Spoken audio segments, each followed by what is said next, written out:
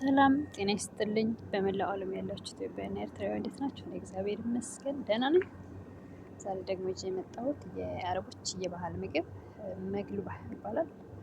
መግሉባ እንግዲህ በእነሱ አባባል ነው። በዶሮ እና በአትክልት ነው የሚሰራው።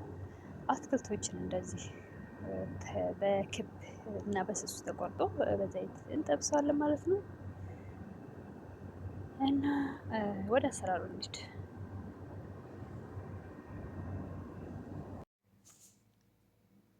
ወደ ስራው ስንሄድ እዚህ ጋር ያው ያዘጋጀሁት እንትን ነው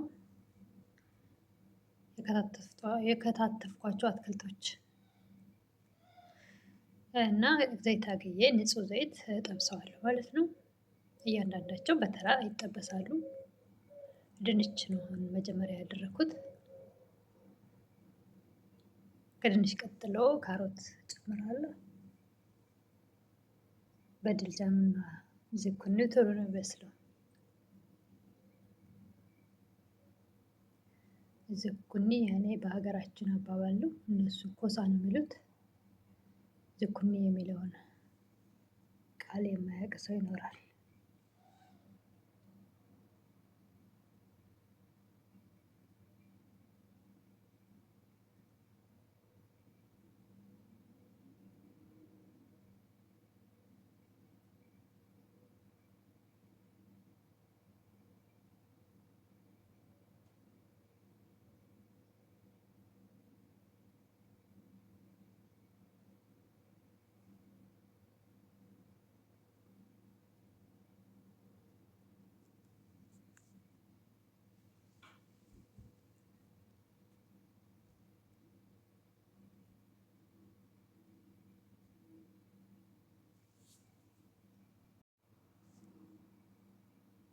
እና እዚህ ጋር ካሜራው ነው እንጂ ብራውን ሆኗል። ብራውን እስኪሆን እዚህ ጋር ግን ምን ገና ምንም ነጭ የሆነ ይመስላል።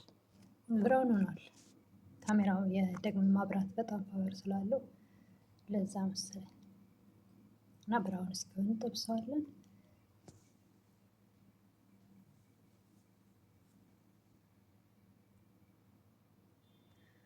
ካሮቴን ጨመርኩ።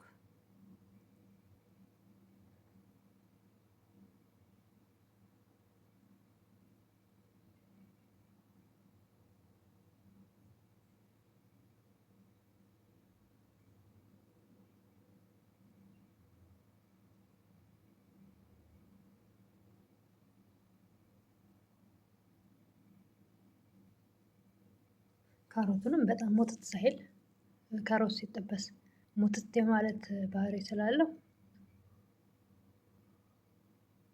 ቶሎ አወጣሁት።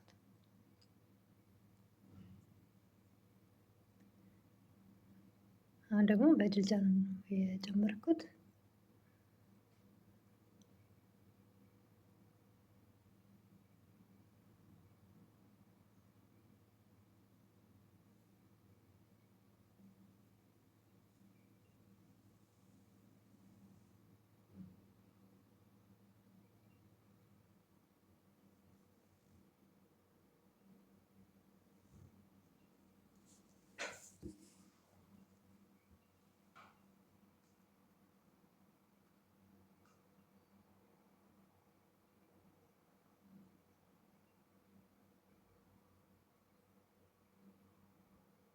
ያው ይሄም በብራውን ሆኗል። ካሜራው ራቅ ብሎም ስለነበረ ነው በደንብ የማይታየው።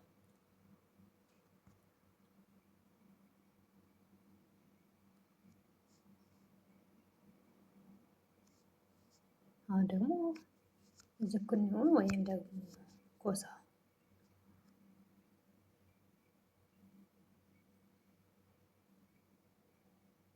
እሱም ብዙ አይቆይም።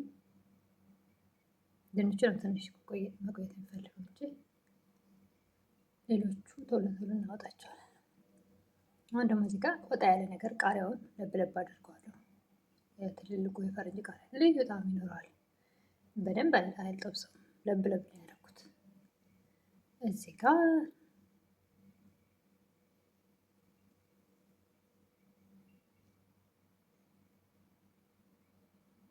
ዘይት አደረኩኝ። ቀራፋና ላውሮ ቅጠል፣ የሄል ደግሞ ሽንኩርት፣ እሱን ጠበስ ጠበስ እናደርግና ከዛ በደንብ የታጠበ ዶሮ አለኝ እሱን እጨምራለሁ።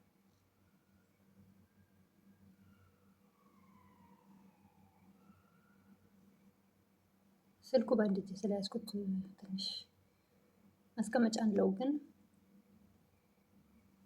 ቦታው አልተመቸም።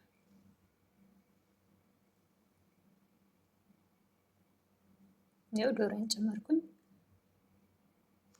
ሽንኩርቱ አሁንም ብራውን ሆኗል፣ ግን ያኔ በጣም ሙትት አላለም፣ ጥብስ አላለም። በርግጥ አብሮ ከዶሮው ጋር ጥሩ ጣዕም እንዲኖረው ዶሮውን አብሬ እንትን ለማለት ፈልጌ ነው።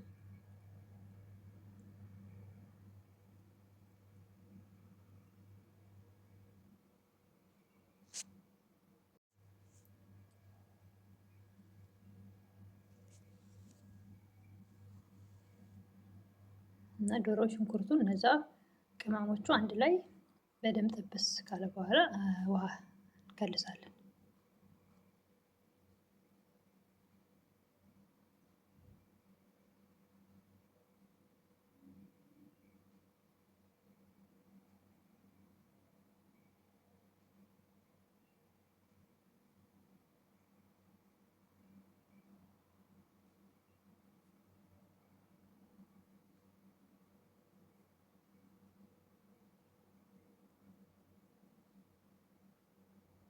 ነው ተከለሰ።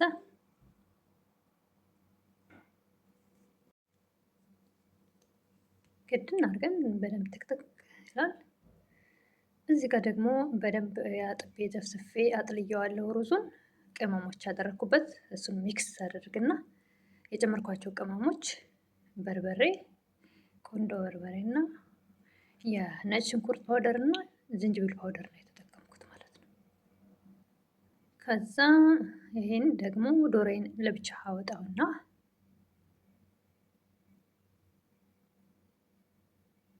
አንድ ዶሮ ብቻ ነው የተጠቀምኩት። ብዙ ተጠቃሚ ካለ ሁለት መጠቀም ትችላላችሁ። እዚህ ጋር ብዙ ሰው ስለሌለ ነው። እና ዶሮዬን እንደዚህ ካወጣው በኋላ ይሄን ደግሞ አጠላዋለሁ። ያው አጠለልኩት። ይሄን አሁን አልጠቀምም፣ ደፋዋለሁ። መረቁን ብቻ ነው የምጠቀመው፣ አይነት ሶሱን ለሩዙ ማለት ነው። አሁን እዚህ ጋር የጠበስኩት ድንች ከስራ አነጥፋለሁ ማለት ነው። ስልኩ በአንድ እጄ ስለተያዘ ጨለማ እያደረኩት ነው። አንድ እጄ እየሰራ ይሄንኛውም አብሮ ይንቀሳቀሳል፣ አርፎ ቁጭ አይልም። ቀኝ ሲንቀሳቀስ ግራዬም አብሮ ስራ እየሰራ ነው።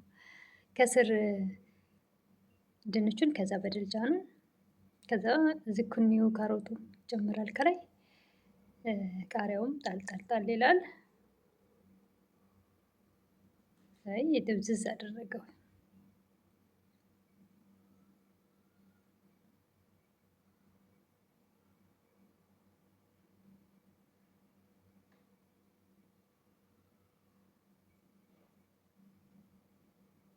አሁን ሩዙን ጨመርኩ። እነዛን አንጥፌ ከጨረስኩ በኋላ ዶሮውንም ጨምሬያለሁ።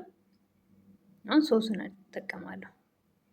ዶሮውን አውጥቼ ኦቨን ውስጥ ለ5 ደቂቃ ብስየዋለሁ ማለት ነው። ብዙ አላቆየሁትም።